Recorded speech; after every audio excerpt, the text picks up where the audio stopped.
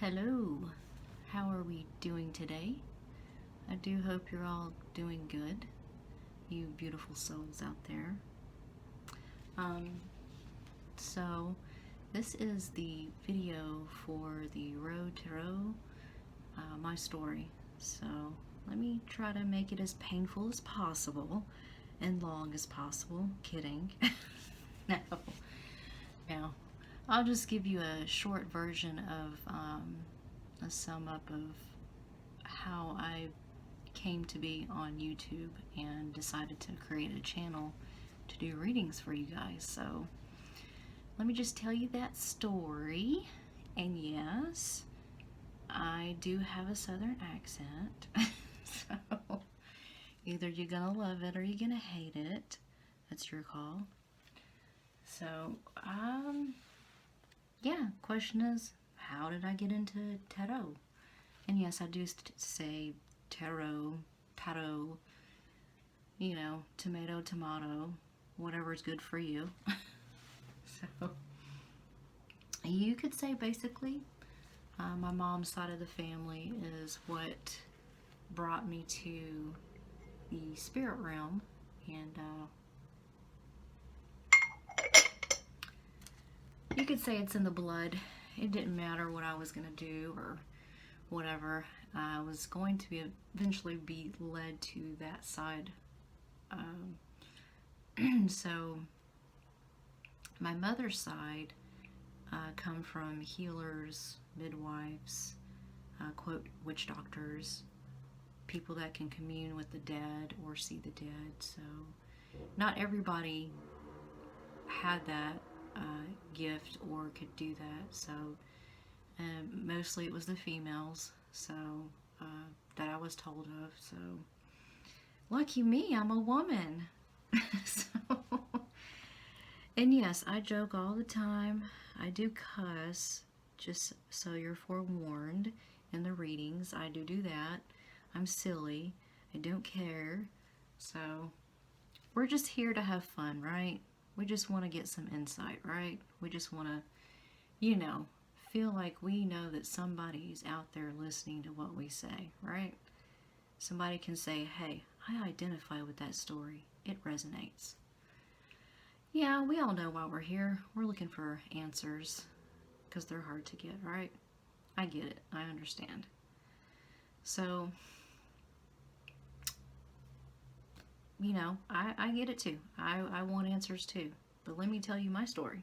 So, growing up, it was quite interesting with the spirit realm. My parents got divorced when I was fairly young, so my father got custody of my siblings and I. So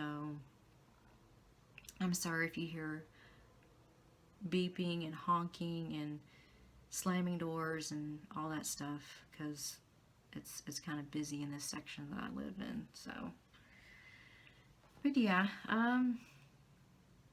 childhood, teenager, growing up, the spirit realm has always been around me. I didn't actually claim it or decide to participate in it until later in life, because I chose to take different paths and journeys that took me away from that. So, but I always held it within my heart and was guided by my spirit guides back to the path that I was meant to go. So, just interesting stories, I've had a lot of interesting, odd, unexplained things happen throughout my life that telling other people, they'll either think you're crazy or seeing shit, and the bottom line is it doesn't matter, as long as you can tell good from bad, right? So I'll just share a couple of things that happened as a child to kind of get insight on what it is that I lean towards more.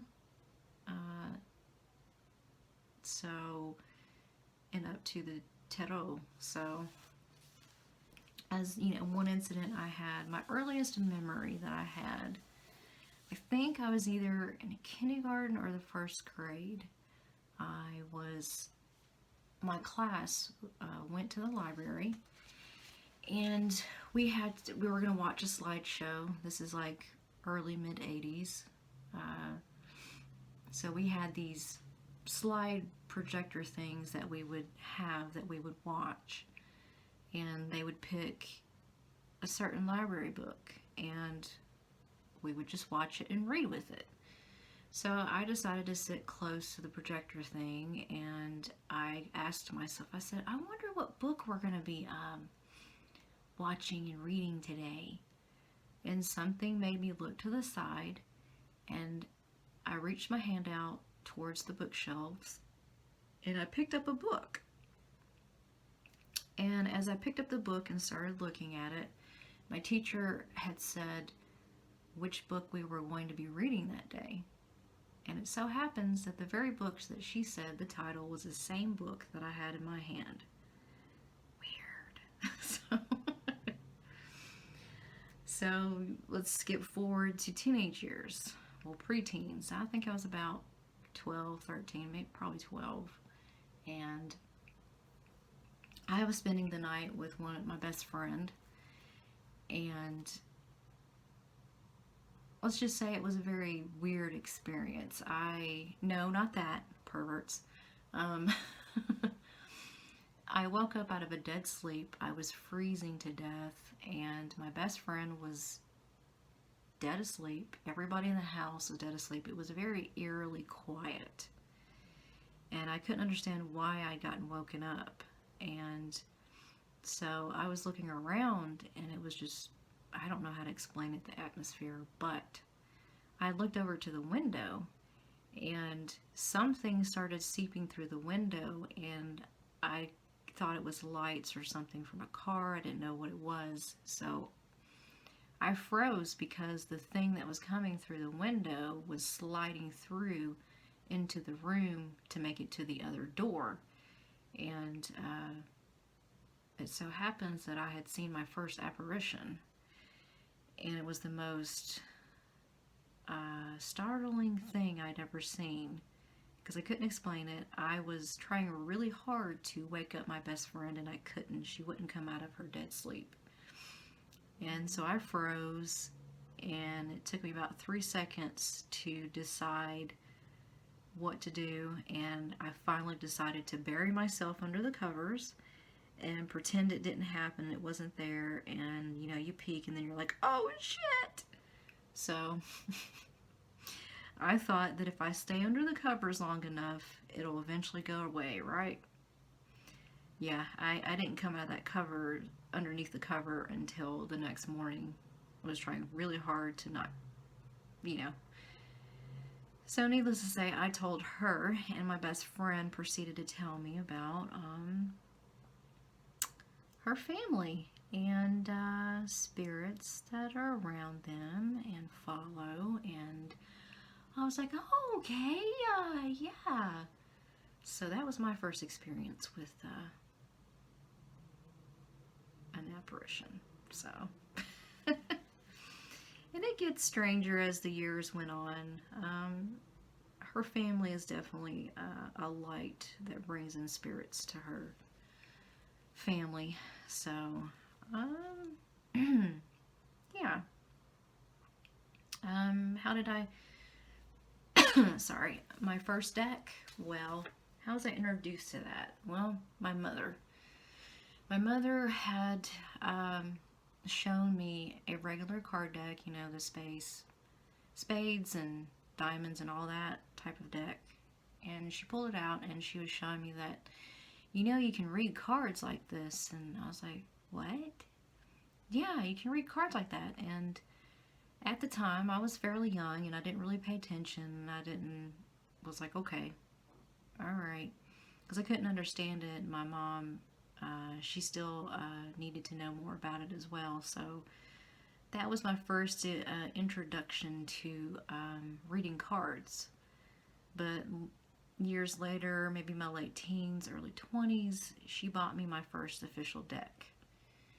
Needless to say, it went missing, or someone stole it. I don't know. So because of that, I kind of lost interest in pursuing it further.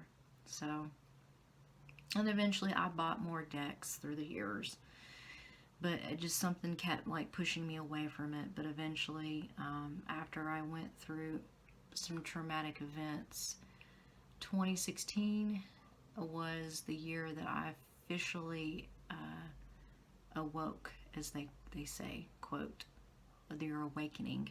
So after that had happened, I went through quite a bit of transitions and had so many odd experiences and flashbacks and past issues for years after that. I went through a lot of healing processes to go through the traumatic events in my life, and even to this day, I continue to practice healing boundaries as well as self-love, and I try to teach this with others as well in our practice. And through the years, I've met quite a few interesting people. Let's just say I asked my spirit guides to lead me to people that would lead me to healing and to understand the healing arts even more, and to guide me to the things that I am meant to do with the gifts that I was given. So fast forward a few more years, and yeah, that definitely happened. I met people that would show me the things that I couldn't see, and would show me things that were very hard to accept. And that is a part of healing. It's the process. That's what we have to go through.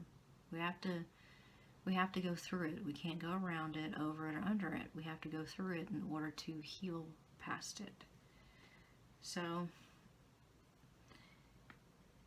my journey, it's still continuing to this day. And so oh yeah, the question of someone had asked me, how did I come to read the cards that I do the way that I do? I had to do self-taught, DIY, do it yourself. Do it yourself. Since I was a child, I'd always seen patterns and color differently, and seeing images and faces within things that most people don't, and connecting dots basically to things that people are like, I don't freaking see that. What are you talking about? I'm like, you don't see that? Stuff like that. And I will see certain things within cards and patterns that would make sense to me to tell me a story, and then I could see the answer that was coming next. So I don't do the standard layouts like a regular tarot would do. So I do things the way that I was self-taught through my spirit guides. My spirit guides are the ones that helped me to make it towards the way that I would understand. So that's how I read. And when I do readings, I don't tell you signs. I'll tell you a few, but I won't tell you a lot of them, because people become too focused on thinking and trying to figure out if, are they talking about Scorpio? Are they talking about Aquarius? Or no, I don't do that. People have to focus on the energy.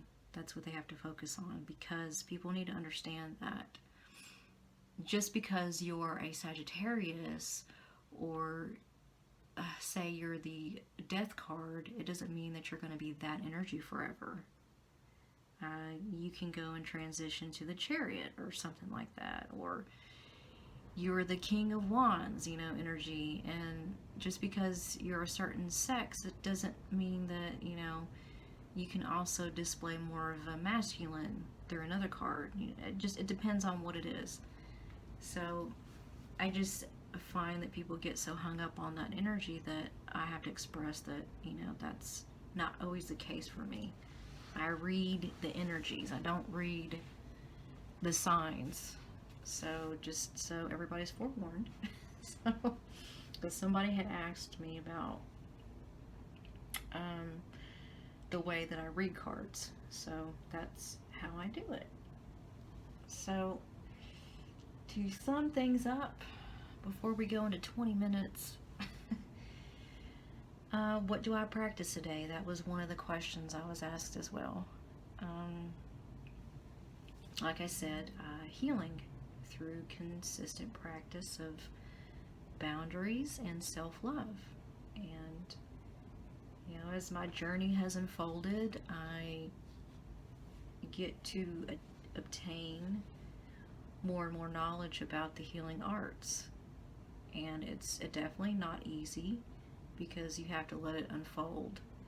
You know, just because you think you fully understand something, you have to ask yourself, was that my ego talking, or did I actually truly learn the lesson?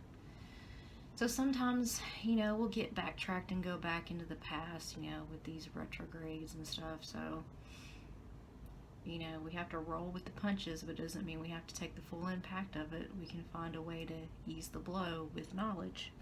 Just so we know that, huh? So I guess that's about it. You know, like I said, be forewarned, I cuss, I'm weird, and I will just go through different parts of energies and personality, and, you know, hopefully you will like the readings and you'll stay and figure out, you know, what works best for you. You know, not everybody is, I'm not for everybody, and well as other readers are not for everybody. Well, you know what I mean. So, I'm not for everybody, and for some of the other readers out there, it may not be the same for them. So, you know, you take it as it resonates for you, what works for you. And, if you just enjoy reading, watching the readings, and listening, thank you so much. And I do definitely want to say thank you so much to the people that have subscribed and decided to stick around and get a laugh or two with these readings, because I'm just a little loony girl, huh? So, I do hope you guys are having a wonderful day. I know we are in times that are just unsure, and everybody is going through transitions themselves, and every day we wake up going, what's it going to be today? I know, I get it, but I just want to say that, you know, you have the power within yourself to choose to make a different path for yourself and change your thought patterns about the way that you think about things to make things better for yourself. So remember that. So I send much love, light, and healing to you all, and I do hope to see you in the next readings. So you take care of yourselves. Bye.